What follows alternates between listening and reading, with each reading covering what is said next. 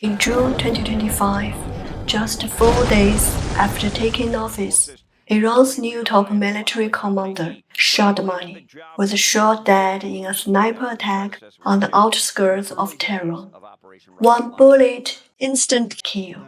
He hadn't even been in a job for 100 hours.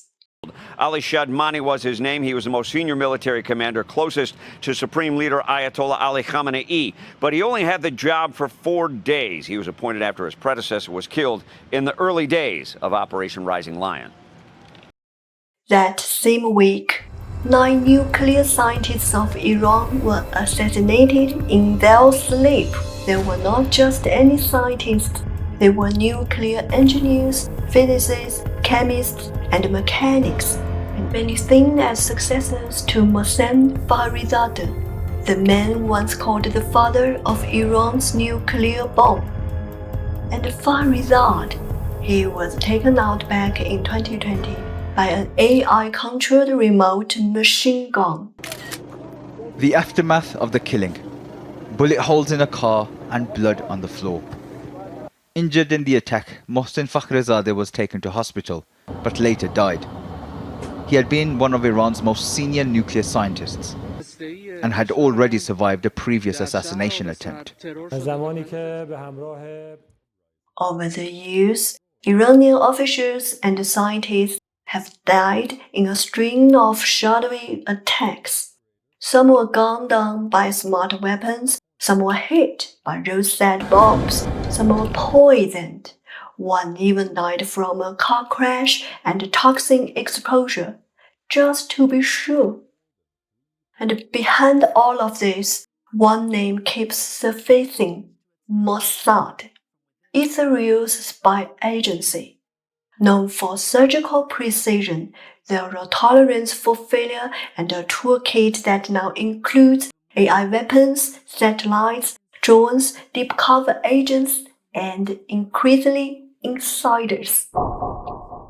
Where everyone only sees Mossad's ghost-like operations, we are missing the other half of the story. Iran's defense has also been catastrophically weak. Because here's the thing: if Iran's counterintelligence had been even halfway competent, maybe their top brass and nuclear minds wouldn't be getting across of like a checklist.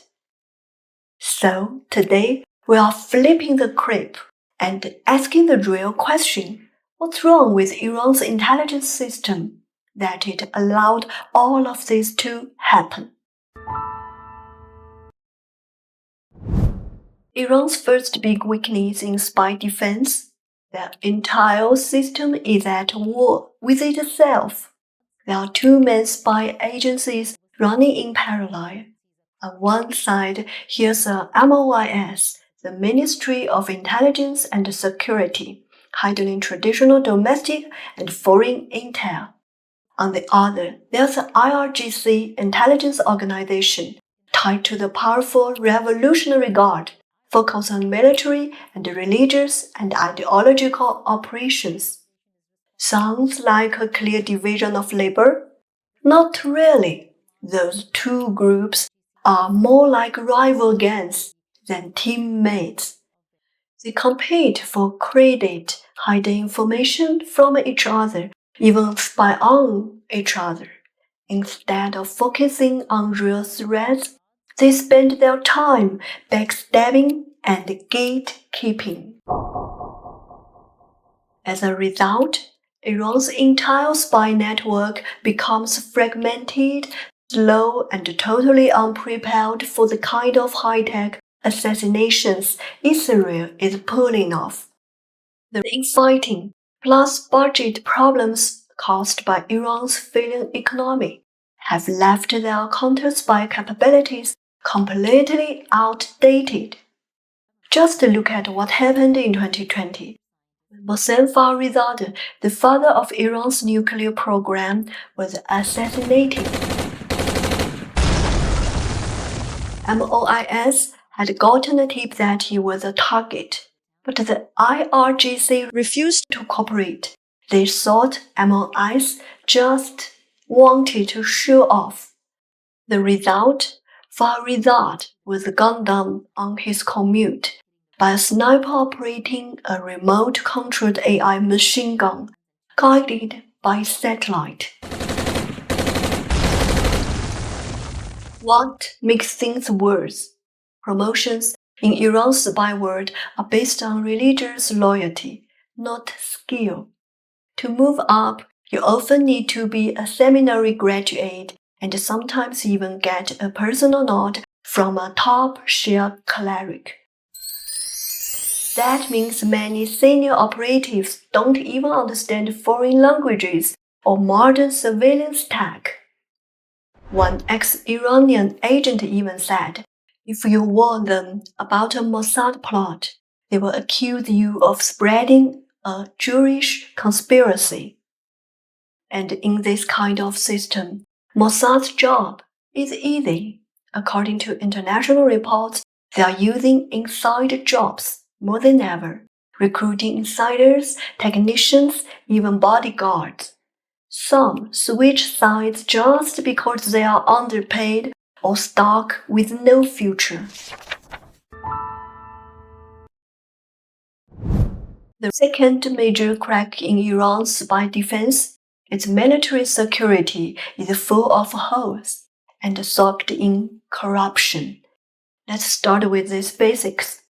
Israel's F-35 stealth fighters have been flying in and out of Iranian airspace like they own the place, launching precision strikes without even being picked up by radar. So why can't Iran see them coming? Sure, part of it is tech, radar blind spots, and outdated systems. But the real problem, some of these blind spots were solved, literally. High-ranking IRGC officials treat Iran's defense system like their personal side hustle. They sell spy parts on the black market. They leak blueprints for cash. They have even been caught selling coordinates directly to Mossad, pointing out where to strike. Instead of blocking foreign spies, they've basically created a partnership model of espionage. And if you think that's bad, get this. Iranian officials make Mossad's job even easier with their own habits. Fixed commuting routes, selfies with geotags on social media, business trips that double as photo ops. All this fits right into AI facial recognition and satellite tracking. And it goes even deeper. The IRGC has been deeply embedded in Iran's black market for years, countering illegal networks that run from fuel smuggling to luxury goods. Here's how it works. They exploit government fuel subsidies, finding gas cheap and smuggling it to places like Afghanistan and Pakistan for massive profit. They take bribes at customs, move high-end goods, and pocket the margins. This toxic setup has two big consequences. First, when your officials are used to making money on the side, they are much easier to flip. Loyalty to the revolution replaced by loyalty to their bank accounts. Many Iranian agents were not defeated by Mossad tech, they were defeated by Mossad money. Like in 2022, when an Iranian rocket engineer in Syria suddenly died of a heart attack. Turns out he was poisoned, and his personal translator had already been bought by Mossad. Second, Iran's black market has become Mossad's secret backdoor. Iran is a key hub for Afghan opium, and the networks countering drugs, sugar imports, football clubs, and hard currency smuggling all intersect with government elites. They even use officials' family members as clean-faced fixtures to grease the wheels. That means Mossad can sneak in gear, weapons, and operatives without ever blowing their cover.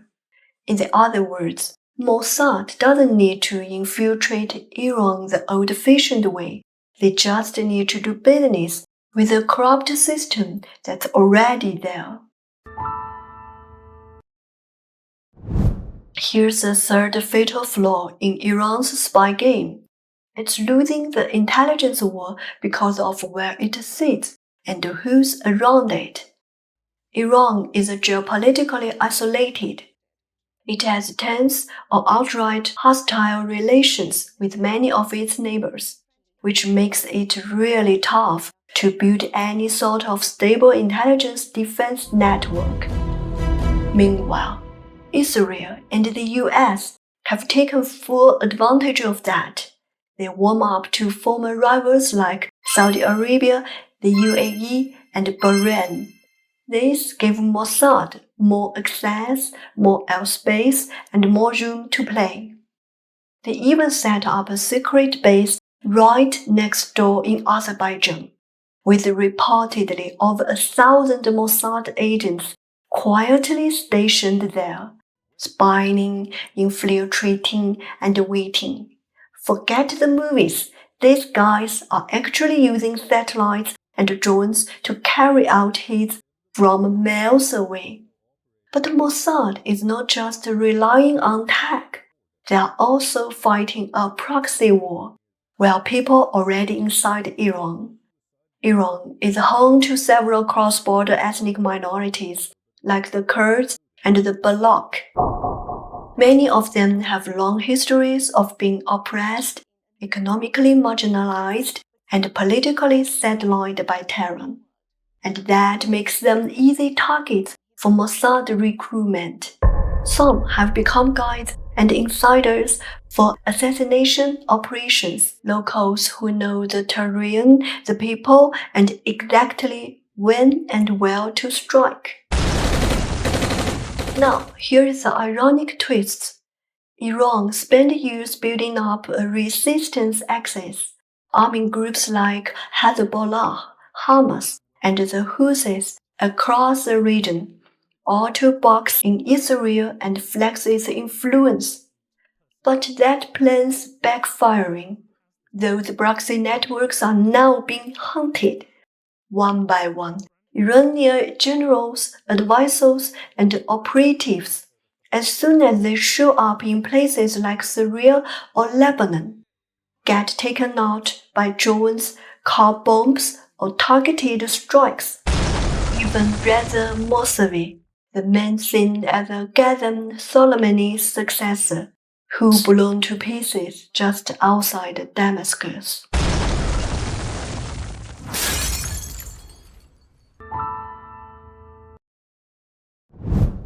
Right now, Iran is stuck in a loop, and it's a kind that just keeps feeding itself. Its spy agencies keep failing. Top generals and nuclear scientists keep getting assassinated. The public gets angry, protests break out. So what does the region do? It tightens control, links even harder on religion and ideology to hold things together. But that just makes its intelligence system even more closed off, paranoid, and out of touch. And in that loop, Israel's assassination strategies is disturbingly cost-effective. A $10,000 drone, one well-placed insider.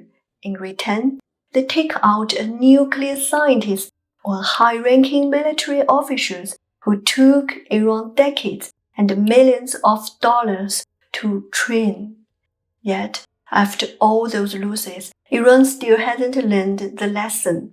No real counterintelligence upgrade, because behind the failure isn't just bad luck. It's a problematic system shaped by isolation, infighting, and corruption. Okay, that's all for today. So what do you think? Can Iran ever break out this intelligence doom loop? Drop your thoughts in the comments. If you liked this video, our perspective, the storytelling, give it a like, hit that subscribe button. Thanks for watching, and I will see you in the next time. Bye bye.